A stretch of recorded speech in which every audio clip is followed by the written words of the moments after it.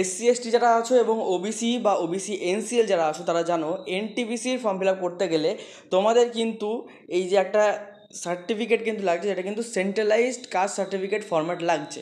তোমাদের অনেকের মনের প্রশ্ন, তোমরা অনেকে কিন্তু কমেন্ট করেছো বা জানতে চেয়েছো ফোন করে মেসেজ করে যে দাদা এই সার্টিফিকেটটা কি আমাদের ফর্ম ফিল আপের সময় আপলোড করতে হবে, নাকি এই সার্টিফিকেটটা আমাকে ফর্ম ফিল আপের আগে ডেট ইস্যু করে বানাতে হবে যেটা আমার পরবর্তীতে কাজে লাগবে। অথবা অনেকে এইটা ভেবে কনফিউশন হচ্ছে যে আদৌ এই সার্টিফিকেট লাগবে কি লাগবে না।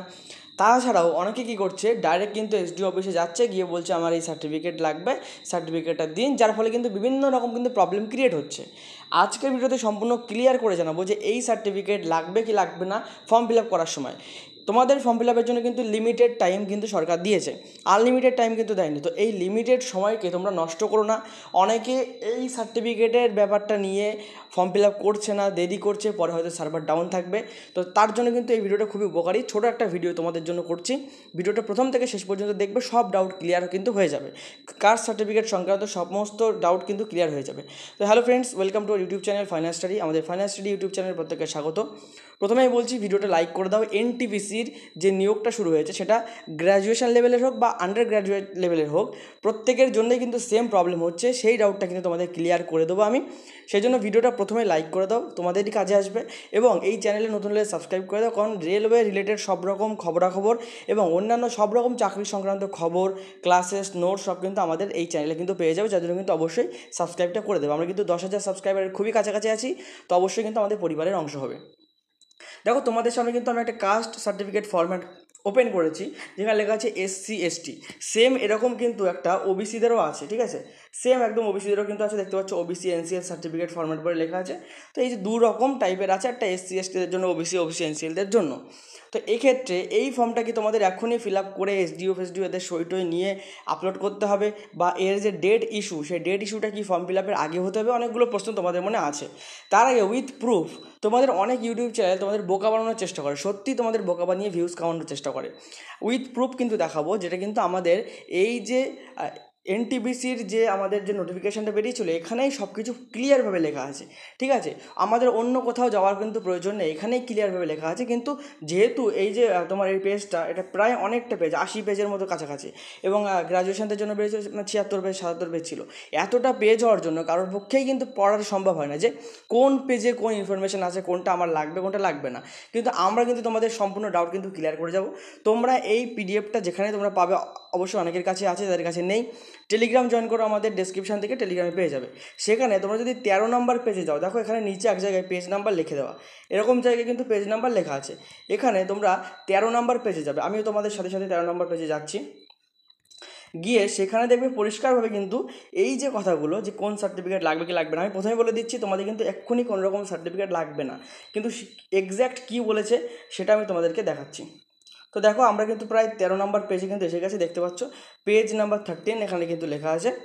টোটাল 78টা পেজ আছে, সেখানে 13 মানে 13 নম্বর পেজ কিন্তু এটা ক্লিয়ারলি তোমাদেরকে দেখাবো, ঠিক আছে? ভিডিওটা দেখে দাও। প্রথমে আমি বলে দিচ্ছি যে ওই সার্টিফিকেট বা কিছু এক্ষুনি বের করতে হবে না, তবে কবে লাগবে সেই সার্টিফিকেট। এখানে তোমরা যদি এই যে 8.3 এই পয়েন্টে যদি আসো, 8.3 নাম্বার পয়েন্টে যদি আসো, সেখানে দেখতে পারো ক্লিয়ারলি কিন্তু তোমাদের জন্য লেখা আছে, যে জিনিসগুলো আমি তোমাদেরকে পড়ে শোনাচ্ছি। ফর অ্যাভেইলিং রিজার্ভেশন, অবশ্যই এটা কিন্তু শুধুমাত্র রিজার্ভেশন ক্যান্ডিডেট যারা আছে, মানে SC ST OBC OBC NCL তাদেরই, কিন্তু জেনারেল যারা আছে বা ইউআর যারা আছে তাদের কিন্তু কোনো রকম ব্যাপার না।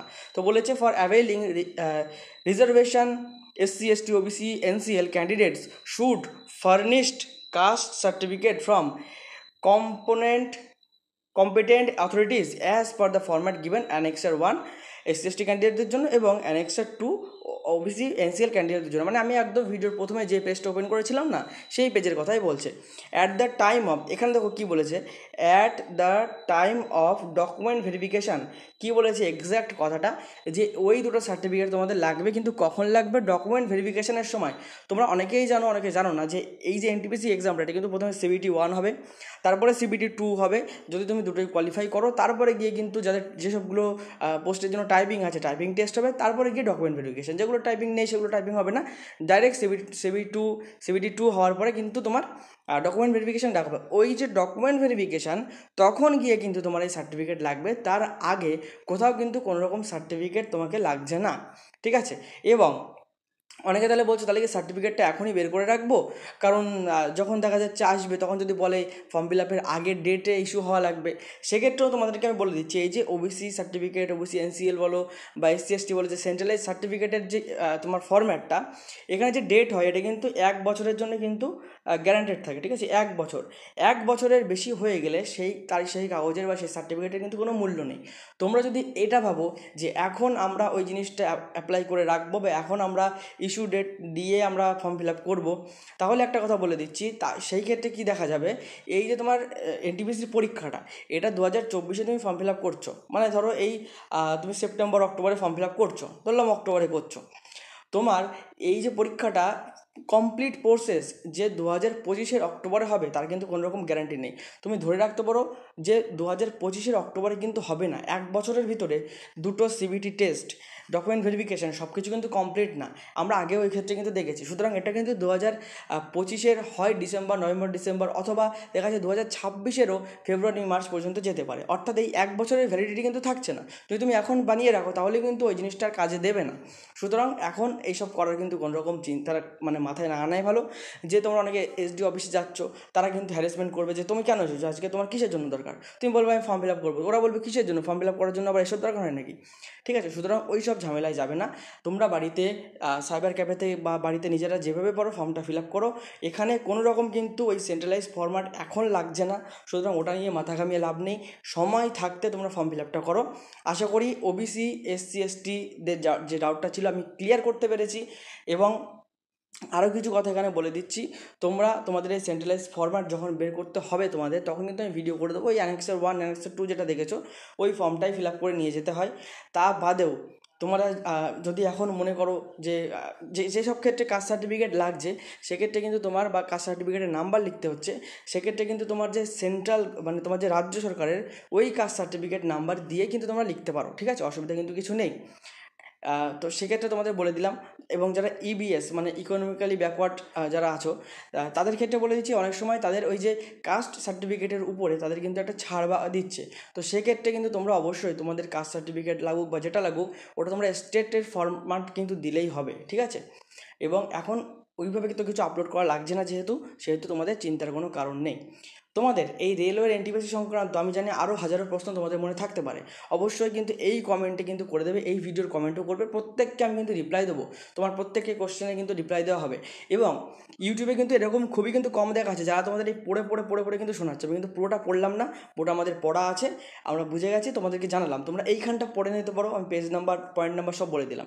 এবার একটা কথা বলছি তোমাদের, এনটিপিসি এক্সাম এটা কিন্তু আর 2-5টা এক্সামের মতো না যে আমি ডাব্লিউবিপি কেপির প্রিপারেশান নিচ্ছি সাথে সাথে আমি এনটিপিসি দিয়ে দেবো, আমি জিডির প্রিপারেশান নিচ্ছি এনটিপিসি দিয়ে দেবো, সেটা কিন্তু হয় না। তার কারণ কি, এনটিপিসি কিন্তু একটা অন্যরকম সিলেবাস, মানে এতে তুমি যদি কোশ্চেন প্যাটার্ন দেখো সেটা কিন্তু একটু অন্যরকম, যেখানে কিন্তু জিএসের পোর্শনটা বেশি দিয়ে দেয়, আবার তোমাদের ইংলিশ এখানে নেই, ঠিক আছে? তো সেই জন্য বলছি, তোমরা যদি চাও যে গাইডেন্সের মাধ্যমে পড়াশোনা করতে, তো আমাদের পেইড ব্যাচ 349 টাকার ব্যাচ, ওয়েস্ট বেঙ্গলের প্রথম বলতে পারো, 349 টাকায় ফুল গাইডেন্স করানো হবে, ফুল একদম এখান থেকে পরীক্ষা পর্যন্ত। পরীক্ষা যদি তোমার 2025 সালের অক্টোবরে হয় তাহলে অক্টোবর পর্যন্তই, যতদিন পরীক্ষা হবে ততদিন কিন্তু গাইডেন্স করা হবে। 349 টাকা মাত্র ব্যাচের প্রাইস, যেখানে সব সাবজেক্টে আলাদা আলাদা টিচাররা তোমাদেরকে পড়াবেন। এবং এই 350 টাকা কিন্তু প্রথম 20 জনের জন্য থাকছে, যেখানে কিন্তু প্রায় সিট কিন্তু ভরে গেছে আমাদের।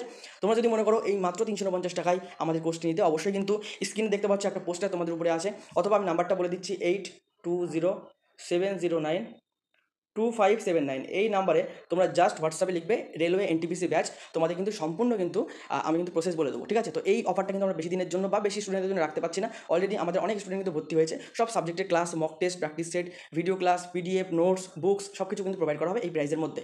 আশা করি ভিডিওটা তোমাদের ভালো লেগেছে, কোনো প্রশ্ন থাকলে অবশ্যই কমেন্টে জানাবে, আমি প্রত্যেকে রিপ্লাই দেওয়ার চেষ্টা করবো। ভিডিওটা এখানে শেষ করছি, দেখা হবে কোনো পরবর্তী ভিডিও নতুন টপিক নিয়ে, ততক্ষণ পর্যন্ত সুস্থ থেকো, ভালো থেকো, পড়াশোনা করতে থাকো। জয় হিন্দ, জয় ভারত।